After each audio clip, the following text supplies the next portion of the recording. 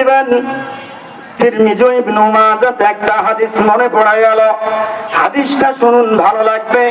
আল্লাহর নবী বলেছেন, আনাস রাদিয়াল্লাহু তাআলা আনহু থেকে বর্ণিত, আল্লাহর নবী মুহাম্মদুর রাসূলুল্লাহ, সবাই বলি সাল্লাল্লাহু আলাইহি সাল্লাম, আল্লাহর নবী বলেছেন, কুল্লু বানি আদম খাত্তাউন ওয়া খায়রুল খাত্তাইনা আত-তাওয়াবুন, প্রত্যেক আদম সন্তানই পাপী অপরাধী, এবং তবে উত্তম অপরাধী তারাই, উত্তম পাপী তারাই যারা গুনাহ করে, পাপ কাজ করে আল্লাহ তাআলার কাছে ক্ষমা চায়, আল্লাহ তাআলার কাছে মাফ চায়।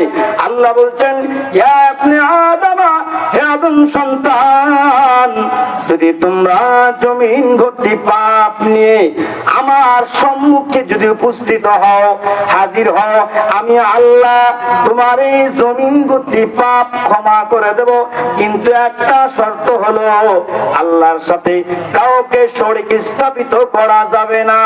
কারণটা কি? প্রত্যেক আদম সন্তানই পাপী, তবে উত্তম পাপী তারাই যারা কোনো পাপ কাজ করার পর অনুতপ্ত হয়ে আল্লাহর কাছে ক্ষমা চায়।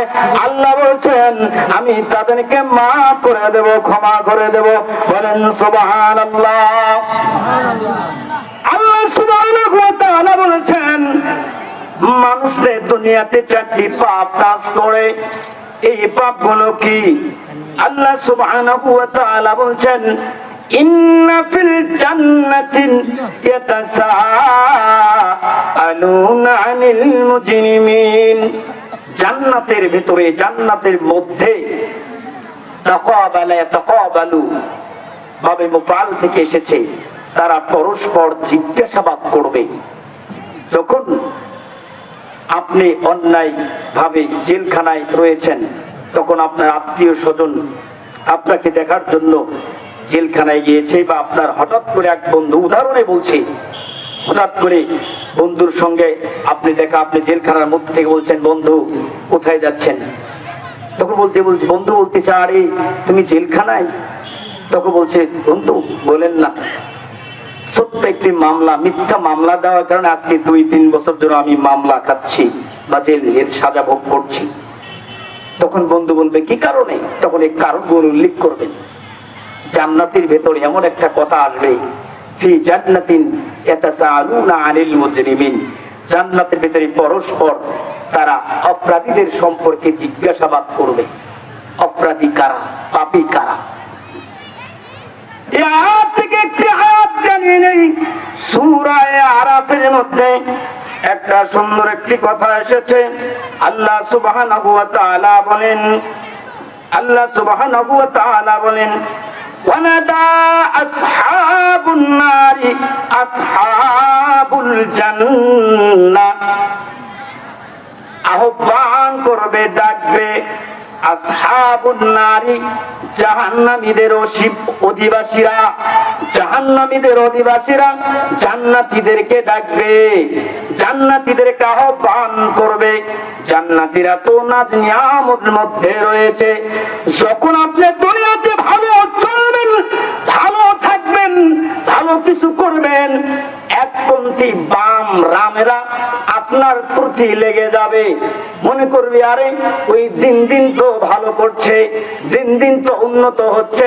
আপনার পক্ষে শত্রু থাকবেই, আল্লাহর নবীর যুগে ছিল, এখনো আছে, ভবিষ্যতে থাকবে, স্বাভাবিক থাকবেই। যখন জান্নাতের মধ্যে জাহান্নামীর অধিবাসীরা এবং জান্নাতীদেরকে ডেকে বলবে, আনাফিযু আলাইনা মিনাল মাই, বলবে আমাদের কিছু দিয়ে দাও, আমাদের কিছু দাও, আমরা জাহান্নামের মধ্যে অগ্নিশিখায় লিলিহান শিখার মধ্যে রয়েছি, আমাদের জাহান্নামীদের খাদ্য আর ভালো লাগে না, আমাদের কাঁটাযুক্ত খাদ্য আর ভালো লাগে না, আমাদের পূজার খাইতে ভালো লাগে না। এত এভাবে চিৎকার করে বলবে, ও জান্নাতি ব্যক্তিরা, আমাদেরকে কিছু দিয়ে দাও। মিনাল মাই, পানি, পানি হতে পারে স্বচ্ছ পরিষ্কার জাজুল্যমান পানি। দুনিয়াতে আপনি দুনিয়াতে চলার জন্য, আয়রন মুক্ত করার জন্য, যেন আয়রন না থাকে, হাজার হাজার টাকা খরচ করে আপনি পানিকে স্বচ্ছ পরিষ্কার ঝর্ণার মতো পানি আপনি সেবন করছেন। কিন্তু সেই দিন জাহান্নামীরা বলবে, ও জান্নাতি ভাইয়েরা, পানি দিয়ে দাও। হতে পারে ঝর্ণার পানি, হতে পারে স্বচ্ছ পরিষ্কার পানি, হতে পারে জমজম কূপের পানি, হতে পারে, পানি দিয়ে দাও। আল্লাহ যা তোমাদেরকে রিজিক দিয়েছে, জান্নাতীর ব্যক্তিরা নাজ নিয়ামতের মধ্যে রয়েছে, অনেক প্রফুল্ল অবস্থায় রয়েছে, আনন্দের মধ্যে রয়েছে। জান্নাতের ভেতরে অনেক ফল রাশিদ রয়েছে। জাহান্নামীরা বলবে, ফল দিয়ে দাও, পানি দাও, ফল দাও, আমরা জাহান্নামীর ভেতরে আরেকগুলো খাইতে পারছি না। তখন কলু ফেল, কলুটা ফেল ফাইল, এবং জান্নাতীরা ব্যক্তি বলবে, ইন্নাল্লাহ হারামাহুমা আলাল কাফিরিন, আল্লাহ তাআলা কাফেরদের জন্য হারামাহুমা, দুটা জিনিসকে হারাম করেছেন। দুটা জিনিস কি কি? একটা হলো পানি এবং একটা হলো জান্নাতীদের খাদ্য। এই দুটা জিনিস জাহান্নামী ব্যক্তিদের জন্য এবং জাহান্নামীদের জন্য হারাম করেছেন। জান্নাতী ব্যক্তিরা এবং জাহান্নামীদেরকে বলবে,